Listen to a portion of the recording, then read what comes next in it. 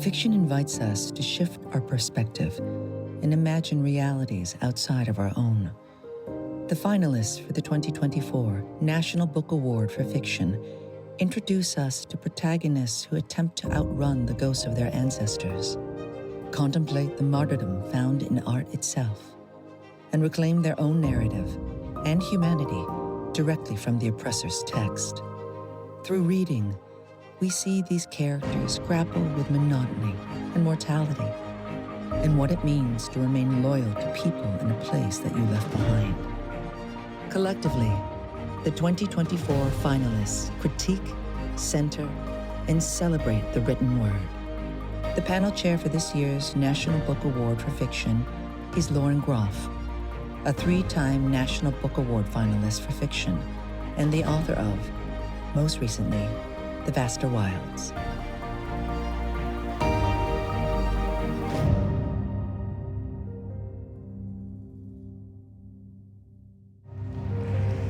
Well, hello. I've never seen this view before. It's spectacular. For so many of us, this has been a hard year, telescoping now at the end into further darkness. I've heard people I love in their despair questioning the worth of reading or writing fiction during times like these. I do understand the urge to turn away from pleasure. It feels sinful when one thinks of the suffering of others. It can feel like escapism. Yet I believe that art is the refinement of all that is good and noble and worthy in humanity, and that denying art, denying pleasure, is denying the best part of who we are, the divinity that burns like an ember inside each fragile human chest. The narrative drive is what pushed humans out of primordial tree dwelling and into communities so strong that they can protect the vulnerable. And fiction is a way to come at the truth without staring directly at it, the way we shouldn't stare at the sun during an eclipse or we risk burning our retinas. Fiction teaches us all the reasons why we must care for one another. Turning away from pleasure, from art, from fiction is tantamount to turning away from the reasons why we fight for more dignity, more equality, more love for other human beings in this world. The 2024 National Book Awards fiction panel was a feast of love. Through health crises and technological gremlins and apocalyptic political moments, this jury kept its cool, its generosity, and its willingness to remain open to the sometimes forceful opinions of others. We worked beautifully together to make a strong long list, brilliant short list, and absolutely radiant winner. Thank you to my fellow judges, Jamie Ford, Zane Jukadar, Chawa Maganya, and Reginald McKnight.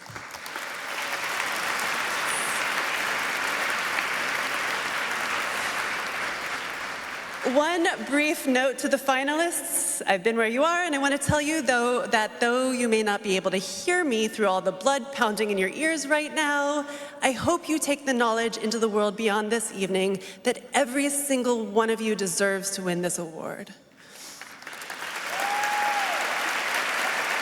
We thank you for giving your gifts to us. Now, the finalists for the National Book Award for Fiction are Pemi Aguda, Ghost Roots, Norton, W.W. Norton and Company, Kaveh Akbar, Martyr, Knopf, Penguin Random House, Percival Everett, James, Doubleday, Penguin Random House, Miranda July, All Fours, Riverhead Books, Penguin Random House, Hisham Attar, My Friends, Random House, Penguin Random House. And the winner of this year's National Book Award in Fiction is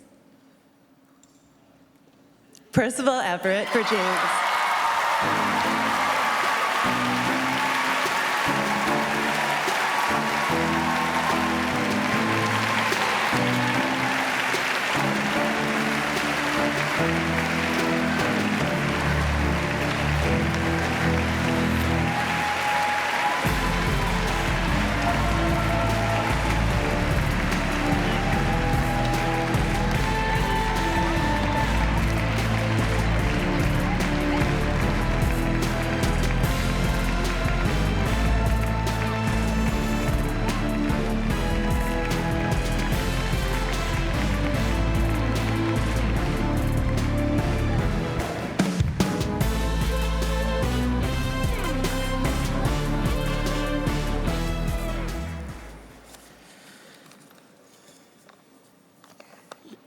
If there were a few horses in here, I'd feel a lot better.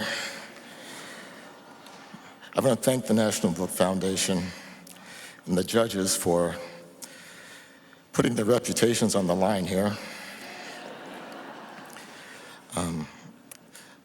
Just like Kate, I'm not very good at this, so I did appeal to the chat GPT, and then I asked the Apple Intelligence on my phone to improve it, and then I gave it a pass to Siri, and Alexa fixed it up. And they came up with this: now is the time for all good people to come to the aid of the party. Though this is no doubt very true, it's a terrible acceptance speech, and I apologize. It's yet another illustration that artificial intelligence is no substitute for the real thing.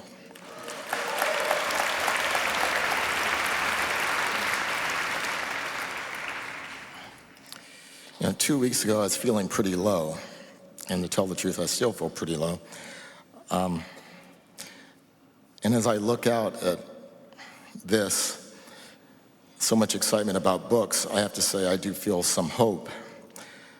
But it's important to remember, and I said it last night, is that hope really is no substitute for strategy.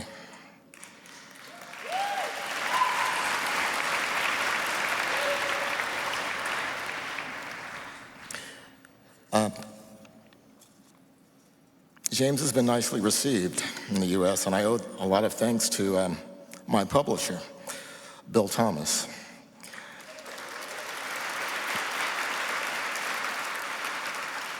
To my editor, Lee Boudreau.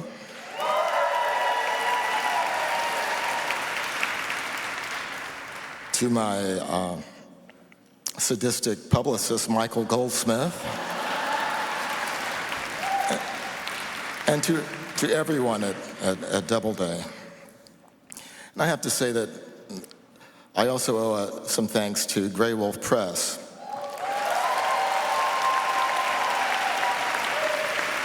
And my editor there for 30 years, Fiona McCrae.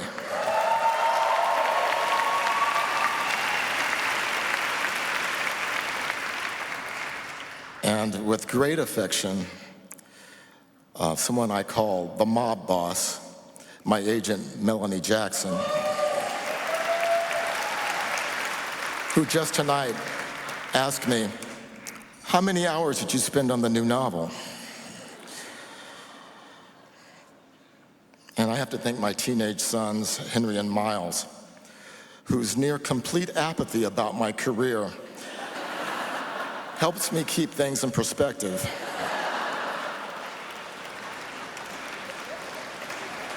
And as always, my best friend and wife, Danzy Senna.